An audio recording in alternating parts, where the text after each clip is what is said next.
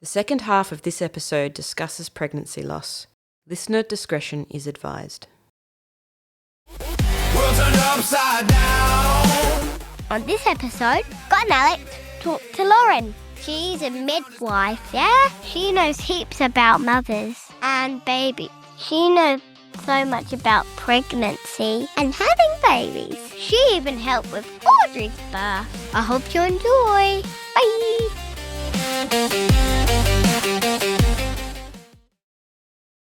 My friend had a baby. Now he don't sleep no more. Waves crash in his eyes. Tides on the nursery floor. Oh, my friend had a baby. I'm happy to hear that you had a good experience. It sounded drawn out. Oh, it was huge. It was it was really, really massive. But and I'm not saying this because it's your background. If it wasn't for the midwives that were involved, that would have been like a chapter in our lives there's no way we'd ever want to talk about, because it was so stressful, like those peak moments where, okay, the room is now powered by cortisol, but the midwives that just sort of swoop in and go, no, cool, take a breath, it's all good. How about this? Have some coconut water. Scott, put the scalpel down. No. So, I was going to say, I haven't seen any T-shirts on anyone. I was like, that's a great idea, actually. The T-shirts were cool. I haven't seen anything like that. Some random music, but not T-shirts. Yeah, thank you. I will freely admit, I am kind of like, I don't know, there's something about this episode because I feel like I'm talking to like the rock star of the show now. Like, yes, we've had like famous musicians, we've had sports people, we've had, dads and health professionals, but like you guys are the heroes of the story. Genuinely, I have become so obsessed and in awe of people who do what you do and get to do what you do and continue to do what you do, even through all the ups and downs. So yeah, I'm kind of like a bit starstruck right now. So funny. Yeah, it's a pretty privileged position, I must say. I've never lost the love for it in all these years, so I feel pretty lucky. What took you there in the first place? How did you? What was the decision-making process where you said, "That's it. I'm going to support women in the community. I'm going to get these babies out safely and healthily and be a part of the process." What took you from young teenage Lauren to superstar current Lauren? I think I've always been one of those people who, as a child, gravitated towards babies. It was always, I always wanted to hold the baby. I wanted to change the baby and do all those things that are obviously quite maternal. I didn't go straight into mid. After school, I went into registered nursing and got a bit of experience doing that. Travelled for a bit, came back into Sydney, and it's a lot easier to train as a midwife in New South Wales. They make it so much easier for you. So I did a year. So I got paid for a year as a registered nurse to train as a registered midwife. Oh, wow. So you went to uni one day a week, but it was actually essentially learn on the job, much like parenting. It was learn on the job. So it was a pretty amazing way of doing it, actually. And then as time went on, what I have learnt to love about midwifery has changed. There's often two distinct camps in terms of caring for women. People often love caring for women, or they really love the babies. I'm very heavily in the caring for women camp. So I love the labour and birth. I love antenatal. I love looking after women. And this is not to be taken in the wrong way, but once the baby's out, I lose a bit of interest. I'm very much I feel you. I'm in exactly. I love a labour and birth. I love a labour. It's great. And then you will not catch me in that nursery unless I absolutely have to.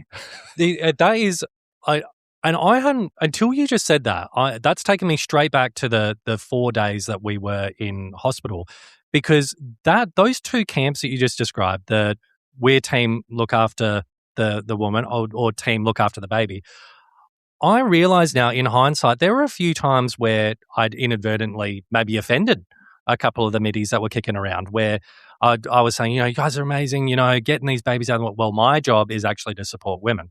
And then someone else, when I went, okay, well, I'll use that in my terminology. And they said, well, we're not just here to support the woman. The key thing is keeping the baby well. And I've gone, I don't know how to get this right.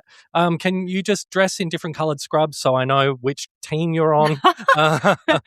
It would make it easier. And obviously there's a whole lot of in the middle, like postnatal care is caring for both and all of those things. And obviously throughout, your experience for those days prior and the lead up to the birth of your baby was very much about keeping mother and baby safe. So you're caring for the baby, but obviously just not direct caring for the baby. But the very meaning of midwife means with woman. So it dates back to midwives who were not formally trained. Back in the day were women in the community who attended births and cared for women. It was women's work, really, and being with the woman through labour and birth. And how long have you been a midwife now? Like, are we up to 10 years? I actually had to think about this when I was looking at the at doing this podcast, and it's been over 17 years. Oh wow! Yeah, so it's been a while. Haven't lost the passion? Not at all. No, it's almost as the years have gone on. I've had my own children. I now work in a different model, which is how I met Alex. I work in a different model where I feel like I have the balance perfectly right. Often, you go from when you first begin, you're working hardcore labour ward. I was full-time. And so you're often meeting people at the coalface. Often I went into a birth yesterday and she was fully dilated and now preparing for forceps. So I'm like, hello. It's coming into that. And for the woman as well and her family, the vibe changes, But I now have the balance so perfect in that I get to care for women during their pregnancy. And sometimes, at the start of a pregnancy, the pregnancy doesn't turn out as we'd hoped, supporting them through that, supporting them through another pregnancy. And we've got some patients who I've cared for through 3 or 4 babies over the course of being I work in private rooms, and then I also work at the hospital that adjoins to that. My privilege is getting to care for women throughout their pregnancy and often getting to care for them during the birth of their baby and getting to care for them post. So for me, that is the penultimate. Like I have reached a really great balance. Can I jump on something you just said? Because I'm so curious about it. Being the person, like being an amazing midwife like you are, everything I've heard about what you do, well, and so Alex has G'd you up so much. I'm going to fumble my way through this whole catch up. But being the position that you are in, and with your training and with your experience, what's it like suddenly being the person who's in the bed or on the fitball delivering the baby yourself? Was that a really bizarre experience? I mean, I think about, I know it's a silly example, but the GP who gets the flu and needs to see one of his colleagues down the hallway for some prescriptions. Yeah. Was it a really bizarre experience to go, oh, wait a minute. No, I'm not in control. It really now. is. Yeah, it is. And I think had probably been a midwife for a few years when I had my first baby. And I've had it in 3 different models of care as well. So I've had antenatal clinic, I've had group practice where it's a continuous midwife, and I've had a private obstetrician. So I've had 3 myself. And it is a very humbling experience to be the person in the bed, but it's actually the perfect thing to kind of give you an insight into how that feels. The hardest part is not looking at your own monitoring. Like taking yourself out. And this is what we often say to when we care for midwives, when we care for, I've looked after obstetricians through their births, and it's like you need to take yourself out of being the clinician and put yourself into the role of mother. Don't assume that we're going to treat you and we're going to talk to you as if you don't know all of these things, and we're just going to, take you right back. And that's exactly what I had. So I kind of tried to take my own advice and took myself out of being the clinician and put myself into being the mother. And I had exceptional midwives caring for me through all 3 of my babies. So obviously I handpicked them, which That was going to be my next question. Did you know? I did. Not going to Yeah. get you to throw anyone under the bus, but did you see anyone on the roster and you're like, oh, I'm just going to try Oh, and look. slow this birth down for a couple of You know, hours until. There's people who you are just naturally drawn to who, in Sydney, my best friend delivered my baby and she was my champion through 2 hours and 20 minutes of pushing out that massive baby. She was amazing. And then I had a group practice midwife when I first moved back to Adelaide, and she was amazing. I actually caught up with her yesterday, some 12 years later. And then for my third baby, I had an obstetrician and I had my best friend as my midwife for that as well. So, I guess for me, because I knew my care providers, I could just trust. I didn't have to try and second guess. I don't know if I'd want Scott looking at my bits and pieces. I was going. That's exactly where I was going. I was like, I wouldn't trust Alex to help me move a fridge, let alone deliver a baby. But what an amazing thing to have those kinds of people in your network, in your I was very your lucky. trusted circle. Mm-hmm.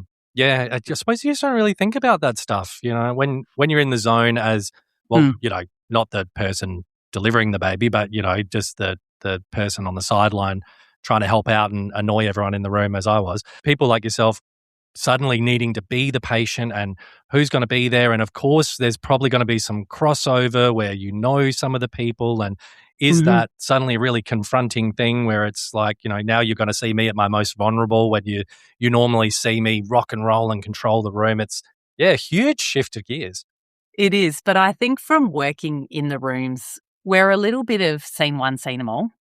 So I'm not worried about people seeing me or being there when there's something so private. But you're quite right in that I was with my third baby, full disclosure, I had a booked epidural and I had a lovely day. It was a great way to have a baby. I was fairly confident I was going to get that baby out. So I was like, you know what, let's just put that epidural in before we get started and I'm just going to have a great day. And we did have a great day. The second one, I didn't know her originally, but that was a drug-free, as you say, a little bit out of control. Things got a bit crazy. But I never really worried about what's it going to look like? What are they going to think of me? Because I think every midwife is of the understanding that within the four walls of the labour room, everything is acceptable. However you feel, nobody knows what it's like until it's them. And so people can prepare, they can be educated. Hypnobirthing that you both did, I did something similar. I was already a midwife. I did calm birthing, which was a similar vibe. And just to have all of these tools in your toolbox, but also whatever happens, happens. And however she reacts is the right way because everybody's different. Again, it comes back to something that I've said time and time again, where I have no idea why women are referred to as the fairer sex. I mean, I'm a nervous peer. Like when there's too many people around, and I'm just like, maybe I'll just make the sound of peeing with my mouth and get out of this public bathroom.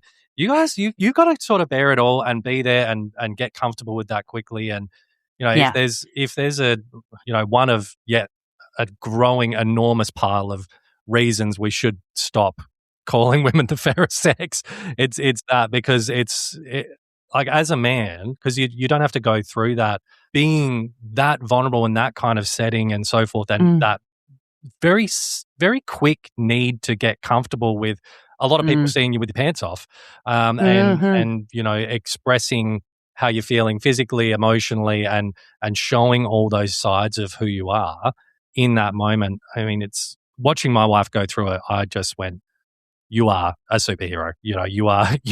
I just could never even imagine coming close to doing something like what you're doing right now. It's quite an amazing experience in terms of being the one who gets to witness it frequently, but also when it comes down to your turn, it happens in such a way that there's so many other things to think about and there's so many other things to focus on that getting your pants off is probably the least of the bunch. I don't think I've ever had anyone where it's coming close to having the birth and we go, well, look, it might be time for an examination, or would it be okay if we remove your pants? They get their pants off so quickly when it's time to have that baby that they don't even go, oh, I haven't shaved, I haven't. Sometimes in the room people say, oh, I'm sorry, I've got hairy legs. And we're like, it's really I would not have even considered it. You should be sorry. Yes, you've really, Yeah, you've really exactly. ruined this birth for Don't all make of us. me brush up against your spiky legs. But, it does very much that when the time comes, it's the least of anyone's worries. And I think labor is a unique experience in that it kind of draws you into yourself a little bit. And as things progress and as things evolve throughout the labor, it sounds really hippie, but it is an organic process that just, as things progress, people aren't being self-conscious. It's just, you realize it's not the time. And hopefully our job is to make people comfortable and understand that we are there for them. One of the things that I remember Scott talking about is when, Scott, you were having change of shifts and you were getting different ideas from different people. Lauren, what's going on what's all the different opinions about how things should happen? That is the hardest part as a patient or consumer, is that you've got so many differing opinions. And really, the theory should all be the same. It comes down to obviously what her hopes are for the labour and for the birth within the parameters of a safe birth and a healthy mum, healthy baby. It's when people, and this comes down to personality often. You come in and normally my first question will be, what are our plans? What have we discussed?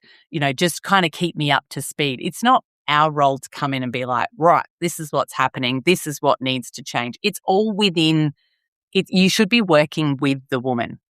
We're not dictating it necessarily. It is about working together. And I think often my experience, particularly working in private, people are there for such a long time. You stay 5 nights for a cesarean, 4 nights for a vaginal birth. And so people are just there for such a long time and so many shift changes. It becomes really difficult because if a more forceful midwife who believes that you should hold the baby in this position to breastfeed, it comes in and undoes all of the work that someone else has done. And particularly for first-time parents, you're not equipped to yet advocate for yourself.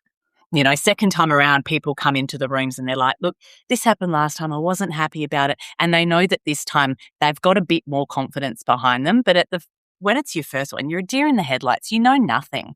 I mean, my husband had a leg up because I was already a midwife. In a way, he had a leg up. But I think that actually is the biggest challenge. And this is where, writing your preferences down comes in handy. If people feel like in the moment they're not going to be able to speak it, that's where writing it down comes from. But unfortunately, it's the same with every profession. If the personality, sometimes you don't gel in the same way with one as you do with the other, and you might be getting along really well and then shift change happens, and that's really difficult in a labour.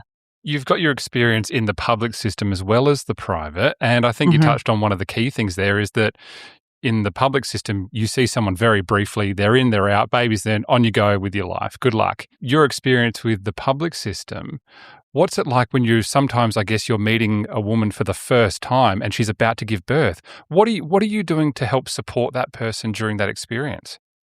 Yeah, so yesterday I arrived on shift and we got to the point there was sort of showing some signs of distress. She was fully dilated. She'd been with this one midwife all night and it's 7:15 in the morning and we're making a choice. There's the difference in public versus private is that there are multiple doctors in the room. So I've come in, there's a midwife, a midwifery student, a senior doctor, and then 2 others and me. So, and the partner. So there's a lot of people in that room. And for her, as we've said, she's at the point where she's about to have her baby. So that is her focus. She's kind of listening to the plan and things. So a plan was put in place. Everybody left the room for a bit and they had a little bit of a chance to have a bit of a chat.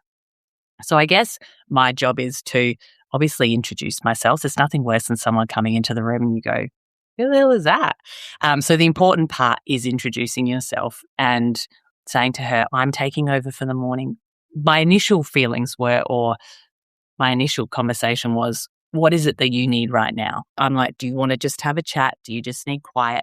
I'm not going to come in and say, right, it's just what do we need in the moment?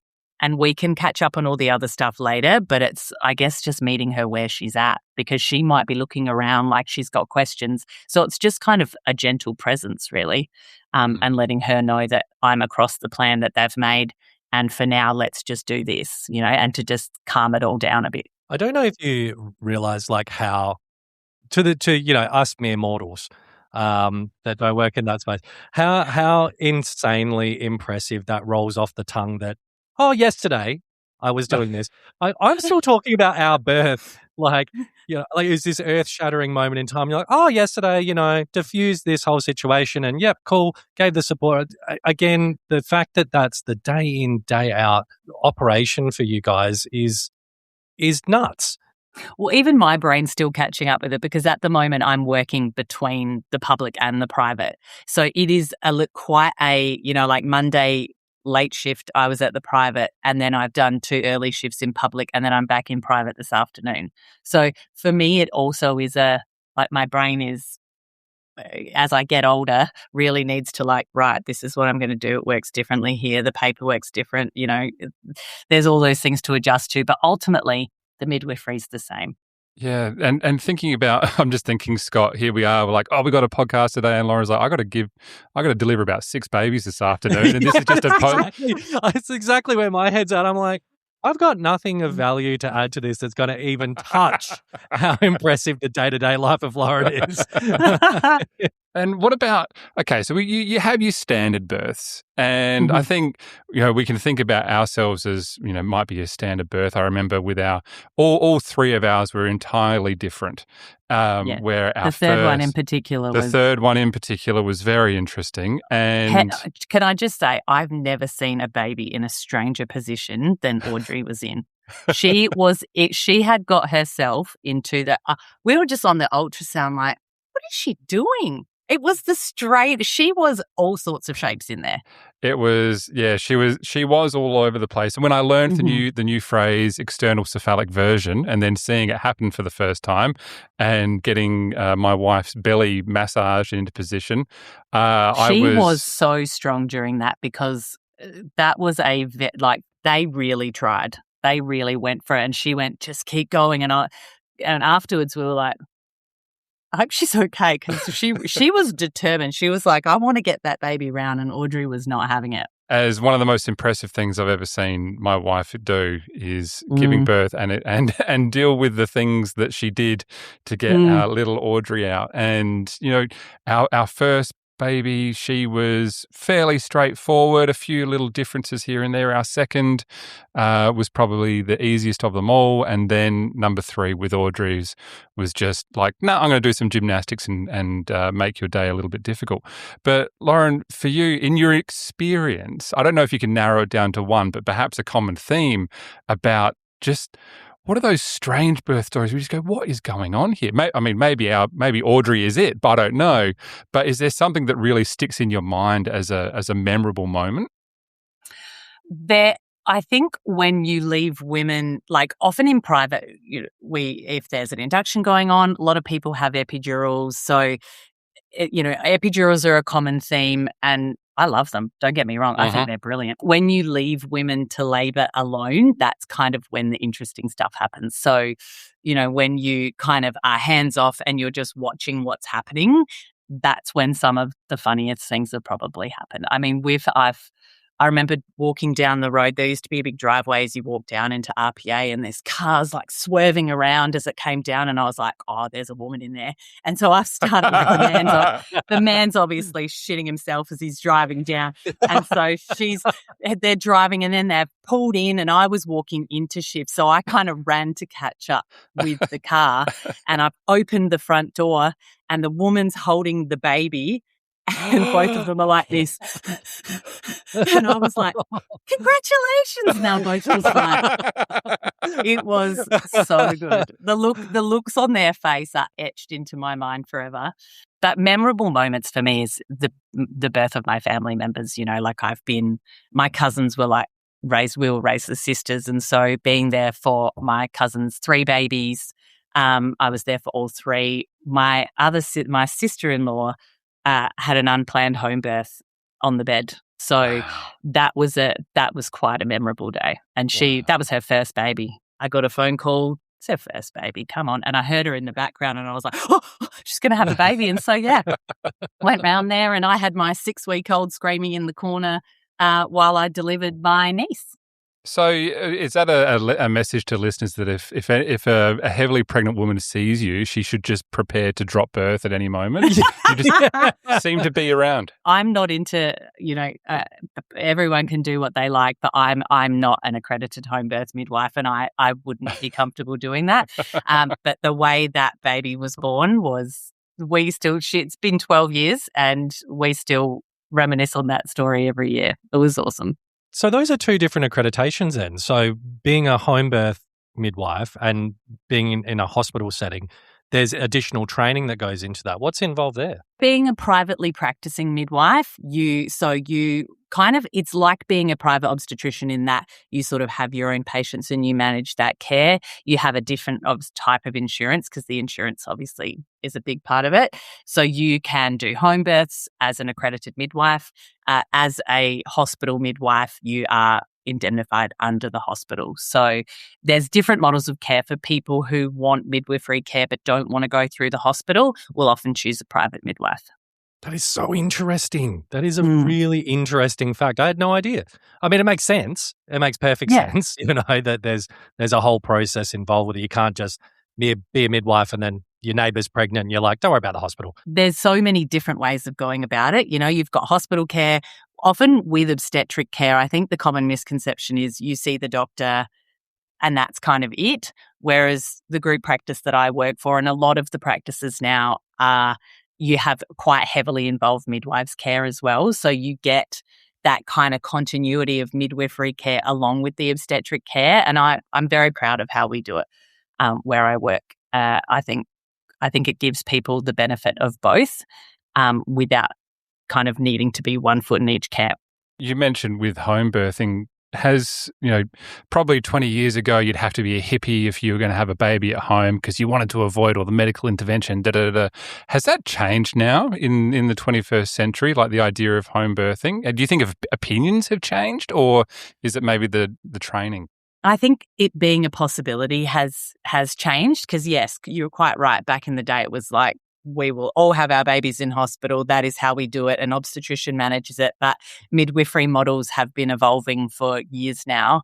And really, when you go through group practice, a midwifery group practice model, if you are low risk and you fit into that, you're in that cohort, you're offered a home birth. So I was offered a home birth for our second child and I kind of looked at my husband and she said, I'll give you the list of things you would need. And he saw ice cream bucket for the placenta and said, nope.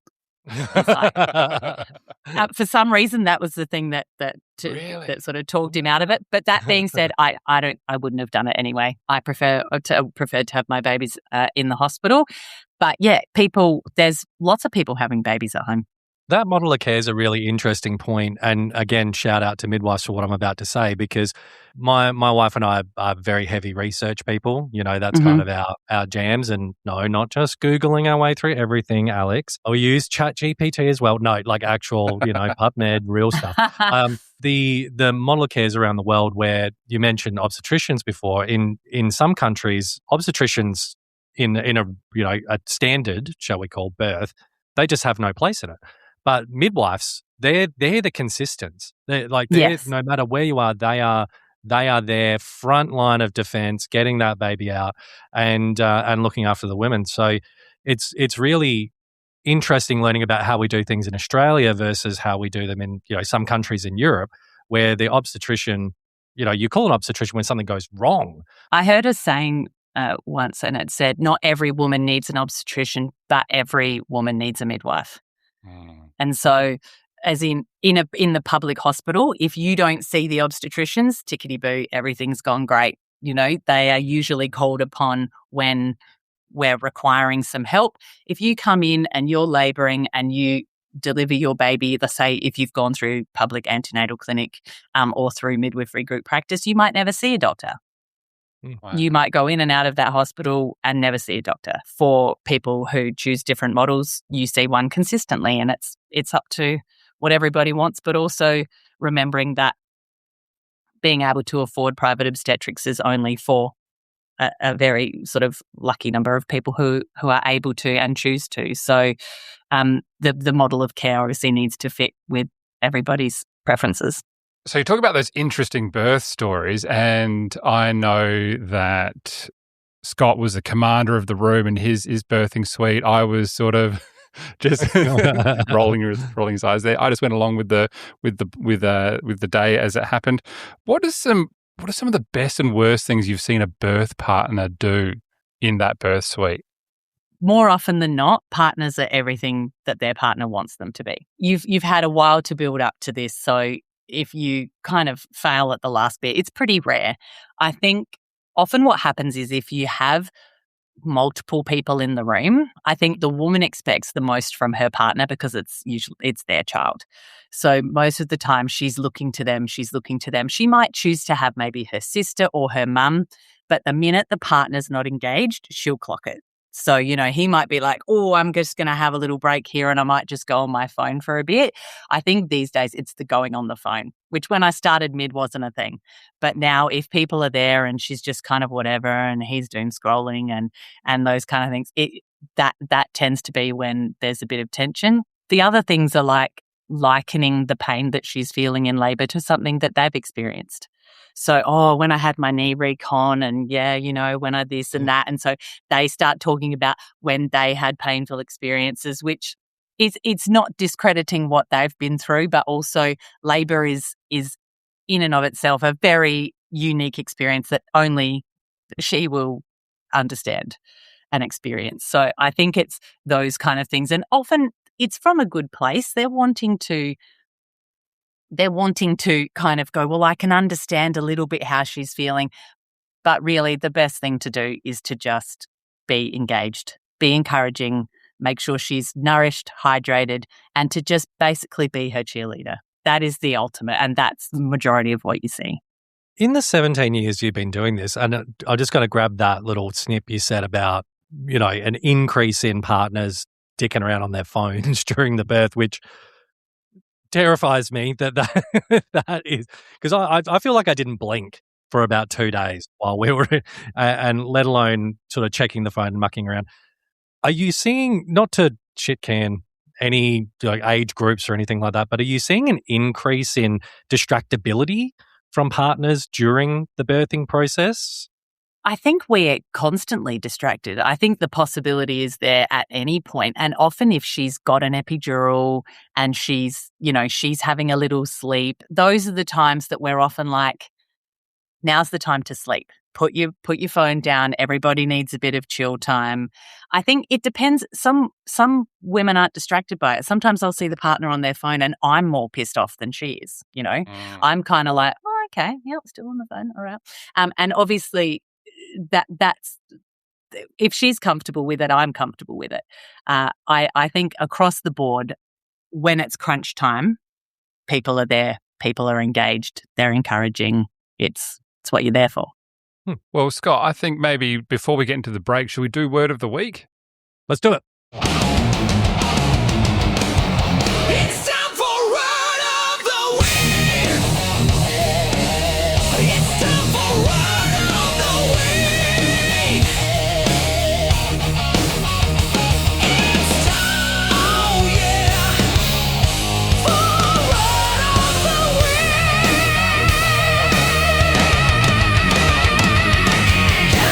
This week's Word of the Week, and I'm pretty sure, Scott, you haven't done this one because you give me all the good ones, but this week's Word of the Week is lanugo. Lanugo. Lanugo. Does it need to be said in that accent? I think if you give it some flavour, you give the lanugo is a lanugo, it's the very fine hair that covers the baby in utero. Ooh. And I remember my wife getting scans, and I think mostly you can see the head hair on the scans, and we get the very hairy, very good, is which I think is different. But I couldn't believe when they come out that little fine hair that they've got all over them. Lauren, do you know what purpose does that serve at all, or is it just is?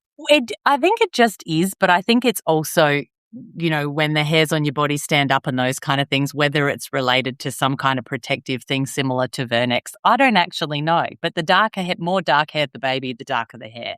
So sometimes it'll come out and people are like, why is my baby so hairy? All across their back, sometimes full back, shoulders, everything. So like if your baby's got really dark hair, it'll usually have much darker lanugo as well and a bit more of it. I think Audrey was probably, I'm going to be corrected by my wife on this, but she was very hairy when she came out. We're like, got our little hairy little baby. It's very cute. Yeah, Felix, he didn't have a lot of hair. He had a lot of peach fuzz sort of around his face, but the rest of his body, he was like a seal. Is he quite fair? He has every kind of hair. I don't know. It still depends on. I feel like every day his hair color is changing. Like sometimes I look at him and I'm like, oh, your hair's dark. There was a brief period where his hair looked very red and I was having a mild panic attack and I was like, oh no.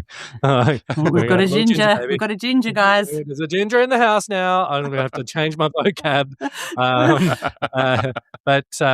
But yeah, he's somewhere between blonde and mousy brown, which is myself, my sister and my brother. We were all blondies when we came out. Like real bleach blonde, early 2000s Eminem style. Yeah, which blondes. You probably then don't notice the hairs and things because our son was quite fair and I remember our girls met him and their first question was, where's his eyebrows?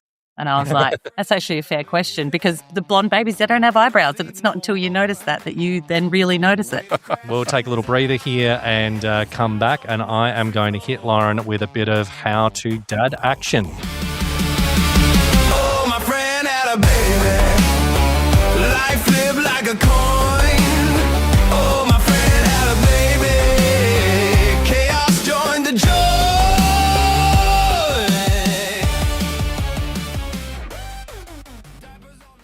If you enjoyed this podcast, consider leaving a review. It helps people find this podcast. Share with your friends or family. Love my daddy! Parenthood's a dubstep drop, not some easy dream.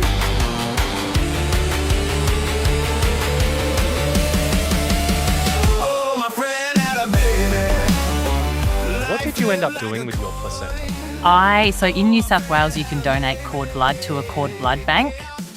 So the first one, I donated the cord blood and then we chuck it out. There is such a thing in a public hospital sluice room called a placenta fridge. And it is quite possibly the rankest job of all to have to clean that placenta fridge out at the end of the week. Oh, I remember doing that in early pregnancy and it was like, oh.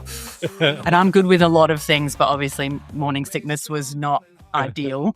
And so they keep all of the placentas just to ensure that if there is an outcome that we are concerned about, that we could send the placenta. So we would send it for histopathology if something arose.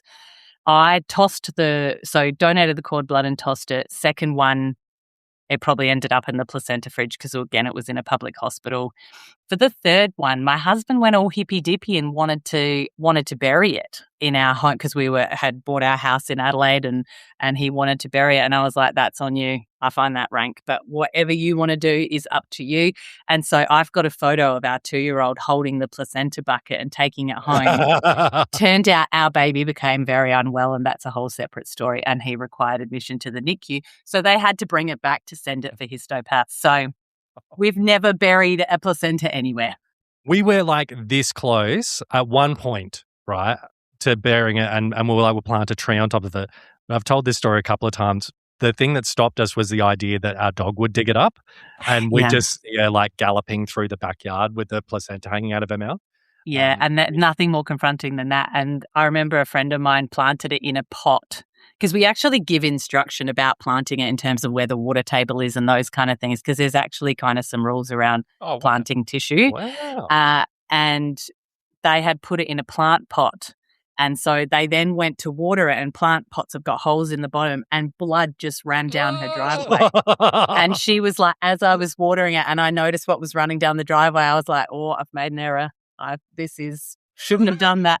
And so I think after that story, I was like, the placenta is unique to each birth and it's grown with the baby and it is quite amazing. There is this whole industry that I just do not know about. Oh, yeah. People use their cords and dry them out to make artworks, or they make prints. Like they do like a love heart and they make a print of the placenta into a tree. You go on Instagram and click on one thing and you will be inundated. No, I'm good. On a completely unrelated note, it's probably time for some How to Dad. How to dad, how to do, fix a boo-boo or a shoe, got a tantrum, got no clue. How to dad, it's in your hand, step by step you'll understand. How to dad, you're the man. All right, in this week's How to Dad, because we have a rock star in the room, and because I am a awkward, bumbling, anxious person in general, I have a question I want to ask a midwife that will not make me look foolish to the midwives that we have met, but it's something that I've had percolating for a while.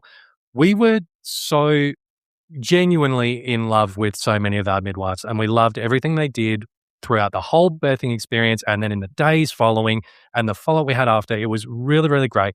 And we have sort of kicked around the idea of sending a gift to the hospital as just a global thank you.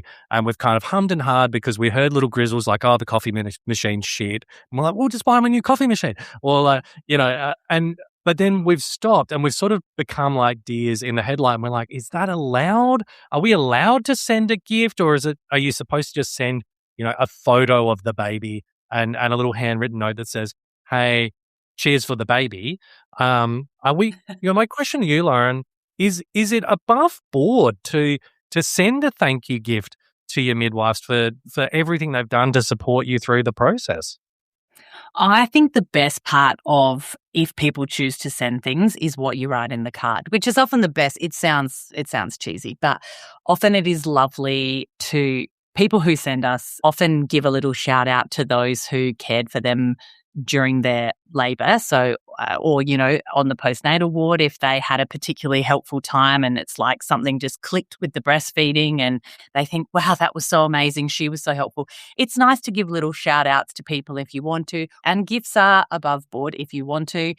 We're getting chunkier by the day, but chocolates are always welcome. Often things like people will send like a group of like tea and biscuits and things like that. That's only really if you want to send a gift. The cards and things are really lovely, and we have a whole board up where we'll put it up in our tea room and we can go, oh, look at them. And, they'll often send a nice little baby picture and things. So, yes, you can. The key is don't overthink it. It's because you're in the new parent sleep deprivation. This is why you got to pick your name early, or you just get too inside your head and you've got too many options. So, yeah, don't overthink it. If you just want to send a card, they'd love that too. Have you ever got any weird gifts from parents? I did get a book once that was a bit strange. And she sent me this book, and I thought, because I love to read, and we may have discussed that. And so she sent me this book, and then I don't know if she'd read the book, but the book took a really weird turn. And I was like, it's a strange. That is probably, I've never been asked that question, but that's the first thing that came to mind. But no, most of the time, I think people are extremely generous with their gifts, because I still am blown away by the fact that we still get paid to do what we do. Some days you walk out and go, I can't believe I got paid for that. It's one of those things that those little shout outs and those little cards and things are lovely. All right. Well, I'll go back to my wife and say, okay, we can stop overthinking it now. Mm-hmm. Enough time's passed where if we send a gift now, it'll be weird anyway. So we might as well just lean into it. What all I'm hearing, Scott, is that there hasn't been anything particularly weird, so you need to be a story for someone else. Yeah, I know. That's exactly. Yeah. I was like, okay, well, how weird can we make this? The sky's the limit on that one, but yeah, I say go for it, and please let me know what you chose. Well, we talked about the placenta and sort of that. I guess we can get into that postpartum period. What are some of the misconceptions that you hear about the postpartum period that aren't exactly right? I think your hypnobirthing practitioner that you had on touched on this perfectly, was that it's a little bit like focusing on the wedding and not focusing on the marriage. It is it is very much people think so hard about the labour and birth, and really the baby will be born within, normally a couple of days, but it's the postpartum period that is actually the biggest hard yakka. I'm not sure that there are misconceptions. I think how we think about things has changed through research, through experience. And so often what happens is you get the older generation wanting to kind of give their 2 cents. And often the time comes when the mother-in-law or the mother or the grandmother is in the room and they're trying to impart their wisdom, and everything's changed. I distinctly remember being told, you don't feed that baby more than 4 hourly. You put that baby in the cot to sleep. There's all of these sort of old school things that are now, they've kind of been debunked, in terms of lots of skin to skin, demand feeding. You can't spoil a baby if you want to hold your baby and nurture your baby. That is absolutely your choice. I think that tends to be the biggest challenge from a generational situation. But for the midwives, it's what we touched on earlier, is that it's not that any of it's wrong, it's that there's too much of it, and sometimes they don't agree, which I think, Scott, you found. It's that you can have something go so well and she will help you with the positioning, baby's getting on fine, and then the next midwife comes in and goes, why are you holding the baby like that? You should hold the baby like this, and da-da-da-da. And so I think that tends to be the biggest thing, and the longer you're in there, the more information that you're getting, and I think that actually becomes a bit paralysing for parents. And they get home and their head's just so full of things that you try a little bit of a lot of things, and it tends to be quite overwhelming. For parents, for mums and dads, education is great. You guys have done the education, having some of an idea, but nothing can prepare you. People go, oh, I'm a shift worker. I do night shift. I'll be fine with the sleep deprivation. As you both realise, it is nothing that you can actually prepare for. I'm going to say something right now. And Alex, I'm really glad I'm in a different state because I feel like you would punch me in the face if I was in the room with you, right? But Felix is a phenomenal nighttime sleeper.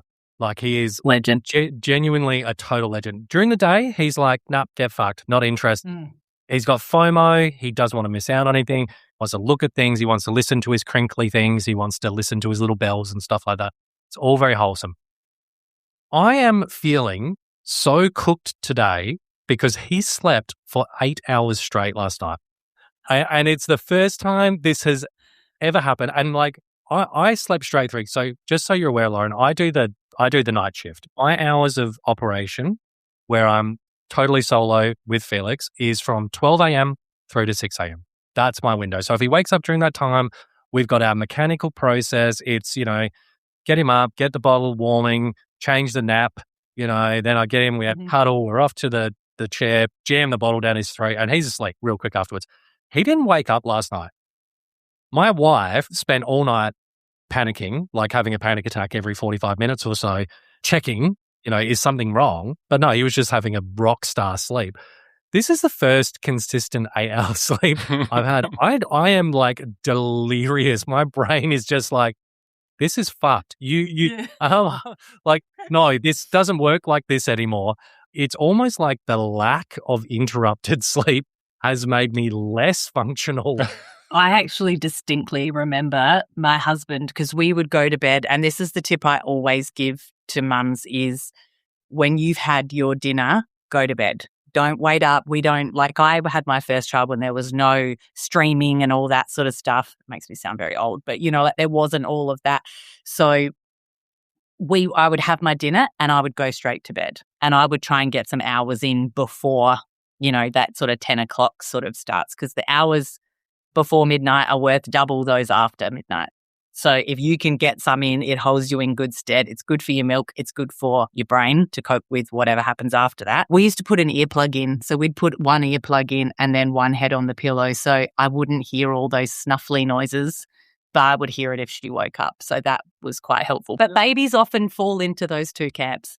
I'm a good daytime sleeper or I'm a good nighttime sleeper. I apologized to my wife because I was like, oh my God, I'm so sorry. Like, I slept through my shift. My shift was too easy. I'm so sorry. She was like clearly knackered. I'm so sorry. Thank you for doing that. But you didn't have to do that. And she's like, no, he didn't wake up. And I went, what do you mean? And she's like, no, he just slept straight through you. And I was like, well, why are you so tired? And she's like, because I was having panic attack every hour. Often when they have those long sleeps, you're like, oh, and you rush in there and you're like, oh, no, they're alive. It's okay. Everyone's well. I think you've given us a good segue in terms of the advice that people get. For those new parents, do you have like a set routine that you give the new parents? Hey, this is what you can expect, or do they come with misconceptions that you often need to fix? How do you hold the hand of new parents? Often we have like a checklist at the private hospital where I work, where we should have gone through these education points by the time you go. So I don't have like something set necessarily, but often if people are sort of like, what would a day look like, we'll often run them through a little bit. And that's when I give the tip about sleep. And that's why I'm like, when we do the bath demos, I'm like, let's get dad to do the bath, because it's something that, particularly for women's breastfeeding, it's one of those things that he can do. So, and when he goes back to work, he walks in through the door, she might be a bit fried from just a day of trying to get the baby to sleep, feeding, all that sort of stuff. And so that can be her time to go, I'm going to go and have a shower myself, or I'm just going to kind of have a bit of a time where I know someone else is watching the baby. Dads can bath the baby, get them dressed, feeding baby in the nice, dark, quiet room where the baby's going to go to sleep, doing that feed, putting them down. Obviously we go through a bit of sleep and settling things as well, but having that as just a bit of a rough routine of babies, we're teaching them to sleep. Sleep is not a learned behavior. It's not, suckle reflex, all those other reflexes that babies are born with. Sleep is not a reflex. We have to teach them how to do it. So we're trying to teach them those healthy sleep habits as we do for ourselves. So we're trying to make sure that when they have their bath, they get put in their clean pajamas. It's teaching them like, oh, I'm going through my nighttime routine. And as you do that more and more and more, they kind of get into the habit of, okay, now I know I'm going to be in my fresh jammies. I'm going to get my breastfeed or my bottle, and then I'm going down to sleep. And that's when I'm like, that's when mum goes to sleep. It's not a let's just stay up and watch our show together. It's let's eat dinner together so we have a bit of time for the two of us. And then mum goes to sleep and gets as many hours as she can before the wake. So, as you said, you have your allocated shift for overnight. It's if people are sort of going, how's it going to look? You don't really routine a newborn. There's not set sleep times. It's very much dependent on the baby. All three of my children, very different breastfeeding, sleeping, all different. But I think just getting a rough guide of how you can sort of put those little timestamps in terms of what to set you up for a better night, because that's what everyone worries about is the night. Yeah, I remember being a first-time parent and just those first and second child, I was definitely just like a zombie on some of those days at work, just like, oh, what is going on? But I wanted to switch a little bit into for yourself, and we've talked about how you see a whole range of pregnancies, and you've talked about being so focused on the mother and supporting them. And this is sort of a twofold question, is when pregnancies or a birth doesn't go well, something goes wrong, whether there's life-changing instances for the baby or the mother or whatever that may be, what goes through your mind in terms of helping the person experiencing that? And then afterwards, what happens for you having just been through that? How do you support yourself? It's different usually if it's something that's happened in the hospital, it's a bit different to things that happen in the room. So often in the rooms, the most common thing that we're dealing with is miscarriage. And often when that happens, I'll bring them into my best friend and I job share, and we do week on, week off. So normally we have them come in if the sonographer's found something and, we've been either surprised by it or not. We'll come in, we'll obviously offer our condolences. And what most people want is to have their questions answered. And a lot of people feel comfortable if they go home with a plan. Often we will sort of say, look, what do you want to talk about now? If they don't want to talk about anything, we say, I'm going to call you tomorrow and we're going to discuss where to from there. And if not, then we will check on you this day. So we do quite a bit of that care from that side of things. when we get into the hospital and it's looking after if someone's had a stillbirth or if the baby is unwell at birth and may require extra support, sometimes that means being taken to the busy public hospital we call MedStar, which is like a baby ambulance, and they take the baby into the neonatal ICU, which is down at the local large public hospital. From that perspective, I've actually been through that myself. My son was quite unwell after he was born and he required transfer to the ICU from the private hospital that we were in. And so going through that does give me a bit of a unique insight into the feelings that you have around that and how that feels being separated. Really, it is a quiet presence. It's being together. It's getting the things that they require. A lot of the time, they need to be alone, the two of them. And obviously it depends very much on the experience. But a lot of the time, like for example, with stillbirth, it's meeting them where they need to be. So everybody processes grief differently. And I have cared for lots of women who have lost babies or for whatever reason required genetic termination. And then I have looked after patients who've lost their babies at term. We've found a stillbirth at the hospital, and I had a patient and I used the ultrasound at the hospital as well, and one of the other midwives called me in and I noticed that the heartbeat was not there, and so I called our on-call doctor in and she confirmed the finding, and it was a shock to them because we sort of weren't necessarily expecting it. So I stayed with her throughout that day, through the birth of her baby. And then as a group, and the other midwives at the hospital were incredible, just cared for her and her partner. Obviously, answering questions. I bathed the baby with the dad, and sort of that was something that he could do for his baby, that it sort of gave him a sense of, this is still my baby and I'm still their father. Doing those little things, taking photos, making memorabilia. Often it's just creating a quiet space and allowing them to have as little or as much support as they need, because some people want all the support, other people just want to be left alone. And I think it's very much about reading the room on that. Holy shit. That's, oh man, That's probably heavy for you to talk about, given that you've got a brand new baby. But yeah, if anything, it's the perfect time to talk about it, because, it just shines a light on, how fortunate, Alex 3 times around and myself 1 time around, that has just put a spear through my heart thinking about those parents. And it is so beautiful that those activities are on hand, but you don't, I suppose you get so swept up in the excitement of having your baby and the baby's home and all that kind of thing, and all of the anxieties leading up to the birth, and how things can go wrong, and you do worry about those things. But those where something hasn't panned out, or as you said, some unpredicted or some unknown reason, the baby hasn't made it. That's It's an interesting, because we can share that experience as well, where we found an ectopic pregnancy, and within a few hours of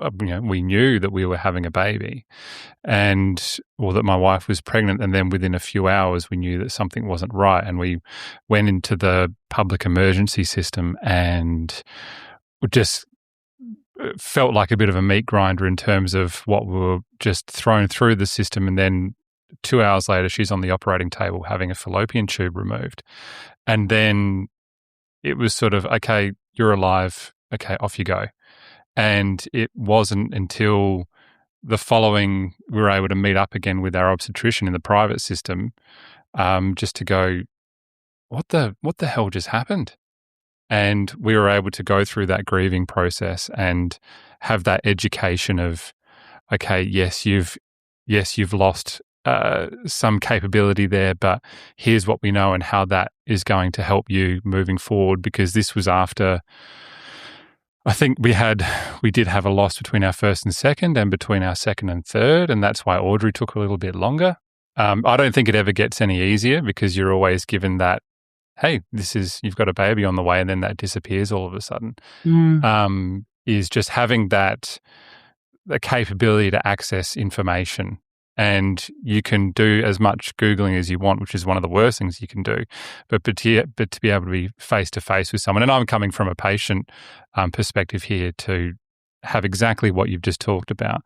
So I think I want to validate how much from our perspective, how important that is, and that it does have value. And it's not just a theory that being able to provide that information to someone is beneficial. I can tell you that having that information is beneficial. As midwives, it's not that's a part of the job that you just wouldn't be able to get hardened to. What are the coping tools that you and your team might use? What kind of supports are available for midwives out there that experience that, as frequently as you may? I mean, just hearing the story is enough to, I can feel part of myself just clenching up and getting, red. I can feel I'm getting a bit red-eyed just imagining something going wrong with the birth of Felix. What happens behind the scenes with you guys? Like, you've got to come out and you've got to be this, you've still got to be this caring person who's involved in supporting the parents through that loss in the absolute acute stage of loss. How do you take care of yourselves? It's very, and I think I've gotten better at this over the years because obviously I've looked after people a lot who have lost babies. And I think importantly at the time, it's very practical. It's not anything to do with you at the time. It is being there and providing the education. I think if people have questions, that's the biggest thing, is that they want to know what's going to happen next. Or what does this mean? What does that mean? And the hardest part, I think, particularly with relation to losing a baby closer to term, is that we don't have the answers. And that's actually the hardest part for parents who are grieving, is that we don't know why often, and we don't know why initially. We don't know straight away. There's things get sent off. There's tests that can be done. There's all of these things that you're having to discuss with people at what is the worst day of their life. And normally, we don't send new grads in to care for patients like this. This is something that sort of, we always put a senior midwife on who has had a number of years of experience, because it is about reading the room and providing the information as they need it, not coming in and being like, it's often about drip feeding, because how do you get your head around that? You were planning to bring a baby home and now you're having to think about calling a funeral home. At the time, it is about, I'm giving everything to this woman and her partner, and I'm going to do whatever they need. And then in terms of caring for ourselves, I think our biggest tool is each other. Midwives are generally very good talkers. And so we're really good at talking with each other. And often it's talking it through. Sometimes it's a bit of a cry. I think as a team, from obviously the extreme of stillbirth and unknown outcomes and things, in the immediate help, it's talking to your best friends. My best friend's a midwife. We lean on each other a lot.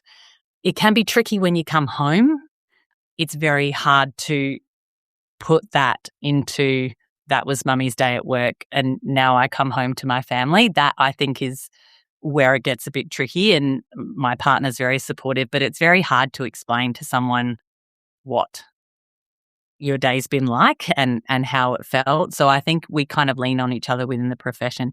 If it's something that a baby's come out unwell or something's happened during the birth itself, we obviously lean on each other emotionally, but we will often have a look back at the whole story. So we had one recently. It turned out this baby just forgot that it needed to breathe when it came out. Sometimes they do that. They're like, oh, breathing. Yes, I got to do that.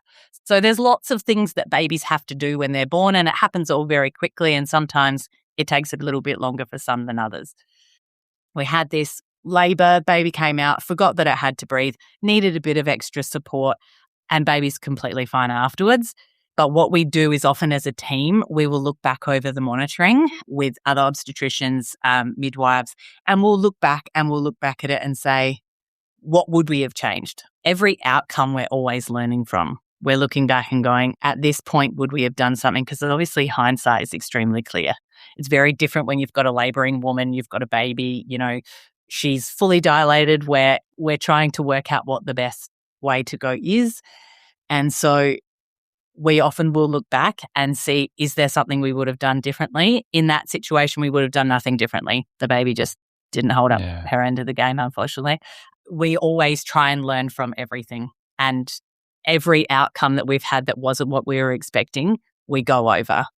Hearing that, I just think that shone a new light on the profession, that you're with people on the best day of their lives and the worst day of their lives in different contexts. It doesn't sound like there's much in the middle. It doesn't sound like there's much like, oh, well, yeah, had a baby, up to the pub. No, like this is fantastic, earth-shatteringly beautiful, which it was for us. I think about that moment and just feeling my brain change and going, right, this is amazing and everything is different now and this is great. But then the other side of the coin going, well, everything is different, but it's terribly so different. And I think about those parents who would then need to go home. They've done all the planning and they've built the bassinet and they've done, walking back into the home environment for the first time and saying there was meant to be a third and there is not. That's not lost on any of us, that it's not all beer and Skittles. It can be. I still find birth, even all these years later, I still find it just as incredible as the first time I saw it. And I think it is amazing, but I think also it is a privilege to be there, but it's also a privilege to be there when you can guide someone and be a support for people on that really, really horrible day. Because when you think about it and you think about it so hard, if that was you just can't even imagine. And we came very close to losing our third child. And when I walk past those NICU doors in that public hospital, I think about it every time. And so, like you there, but for the grace of God go I, I come home, I hug my children, and we do a lot of supporting each other, a lot of hugging, a lot of talking. Yeah, wow, that's absolutely phenomenal. Look, the stories that you shared, Lauren, are just absolutely amazing. And I think Scott and I are just absolutely blown away from your experience and everything you've had to share. But the one thing that I wanted to finish on was, I think both Scott and I have talked about our stories of us being the birthing partners in those moments. And I've talked to other dads and birthing partners about their experience of watching everything unfold. And there's a common thread that particularly when talking to dads, that I've noticed, and is that when dads have talked about their experience and they've talked about they're almost on a stand-up comedy tour when they're there in the birthing suite, and then they're in the following days. And I was telling a lot of jokes to the midwives, and they were all laughing, and everyone was telling me that I was doing a great job. And I came out of my 3 births going, you know what, I might just be the number one birthing partner in Australia here. If there was an award, it would be mine. Yeah, and I'm sure it's funny for Lauren to jump in and say, you have no idea what we said about you behind that. And which leads into my question: are you just appeasing us birthing partners and dads, making us feel good about it, or are we actually funny? Are we telling funny stories? Well, it depends on the person, I think, because there are some where I have spent the whole time just laughing and we're having a good time. And if it is never at the expense of the birthing woman, then it's always a happy, jovial place. Okay. Like, I think when people make like jokes that are a bit dirty or a bit like, we go, yeah, no, that's not funny. They're talking about the husband stitch, obviously, is a big one, or people who think they're going to crack a little joke about something that is related to the woman.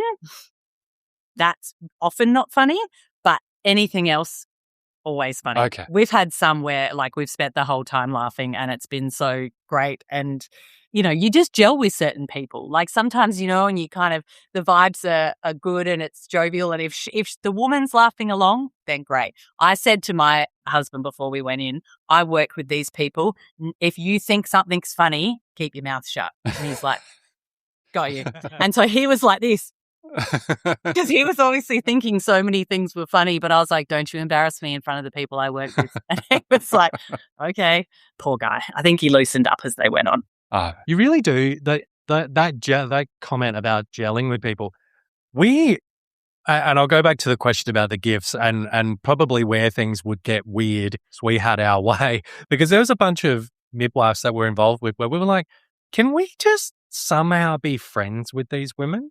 Like, is that like, can we send a card that says, hey, like, the professional part of our relationship is over, but if you guys want to come over for dinner, like anytime you want, like that's totally fine. Like, because you forged this super intense connection with this person. And I think about, in particular, the first midwife, Tegan, and the last midwife, Kate, that we had, who were spectacular in their own rights. And we're like, we would hang out with these girls. Like they're our people. Like we would just deal with them. Is it weird to be like, hey, we're just having like a little post-birth party, little after party at our place, just BYO midwife, we'll supply everything else. I don't know.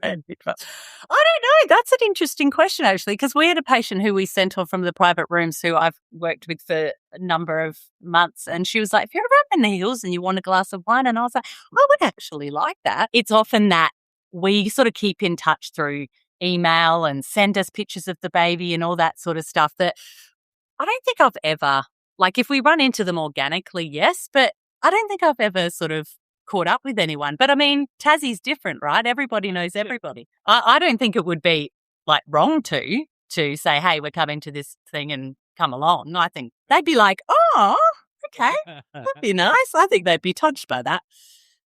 All right. So immediately sending invites out to our house. Big outfit.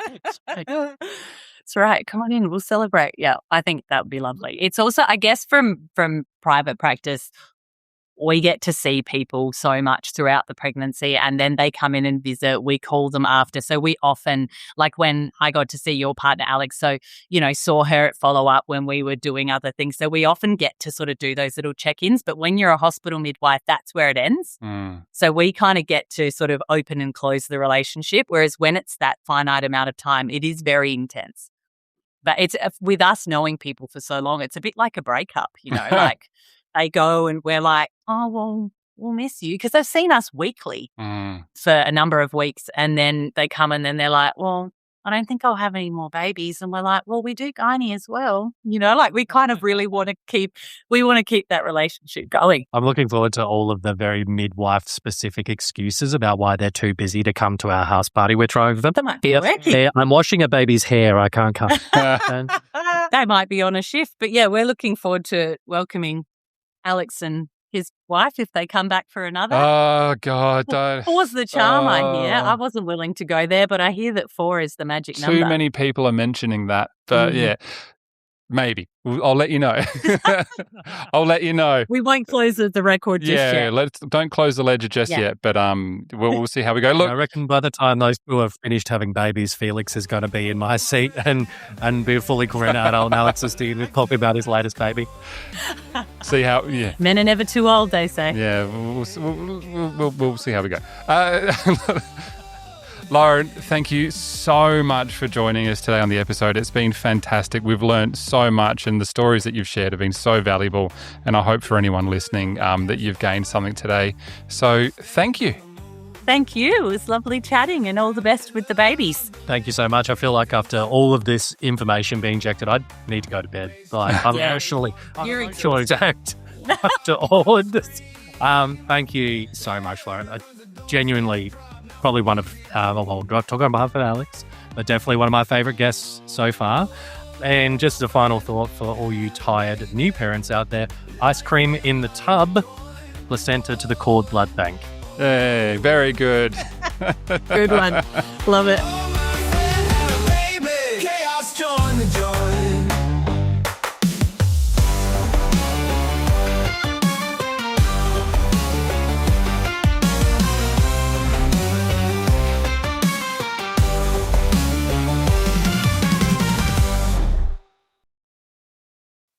podcast.